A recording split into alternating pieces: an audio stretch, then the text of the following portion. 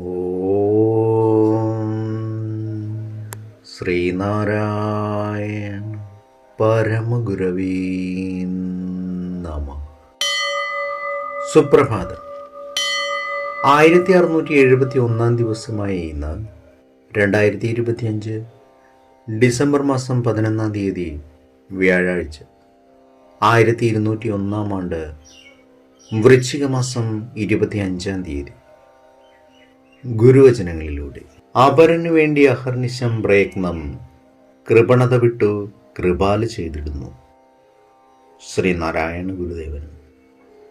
ശ്രീ നടരാജ ഗുരു എഴുതിയ ഗുരുവരുളിൽ എന്ന പുസ്തകത്തിൽ വിദൂര സാദൃശ്യങ്ങൾ എന്ന് വിവരിക്കുന്നതിൻ്റെ 34 ഭാഗമാണ് ഇന്ന് അവതരിപ്പിക്കുന്നത്. ഭാരതത്തിൽ കരമാർഗമുള്ള കടന്നുകയറ്റം ഉണ്ടായിട്ടുള്ളത് അധികവും വടക്ക് ഭാഗത്തു നിന്നാണ്.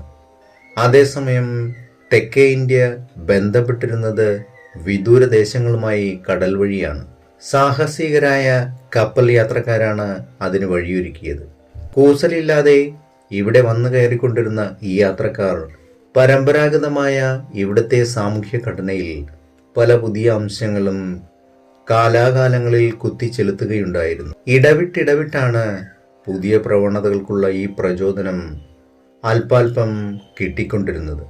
ഒരു പുതിയ പ്രവണതയുമായി പരിചയപ്പെടാൻ കഴിഞ്ഞാൽ അടുത്തത് വരുന്നതിന് മുമ്പുള്ള ഇടവേളയിൽ അതിനെ ഇവിടെ സ്വാംശീകരിച്ചിരിക്കും.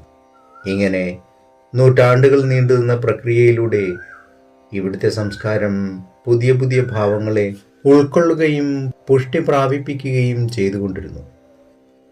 തറയിൽ അവിടെവിടെയായി പാറയുടെ ഭാഗങ്ങൾ പൊന്തി കാണാറുണ്ടല്ലോ, അതുപോലെയാണ് കേരളക്കരയിലെ ജീവിതത്തിൻ്റെ മുഖഭാവം.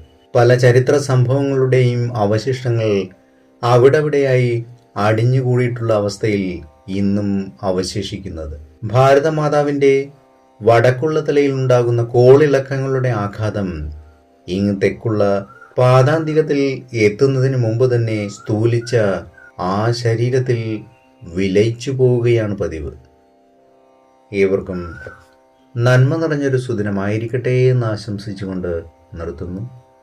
നന്ദി, നമസ്കാരം. ഗുരുധർമ്മം ജയിക്കട്ടെ. ശബ്ദം നൽകിയത് സുജീഷ് മഹേശ്വരി.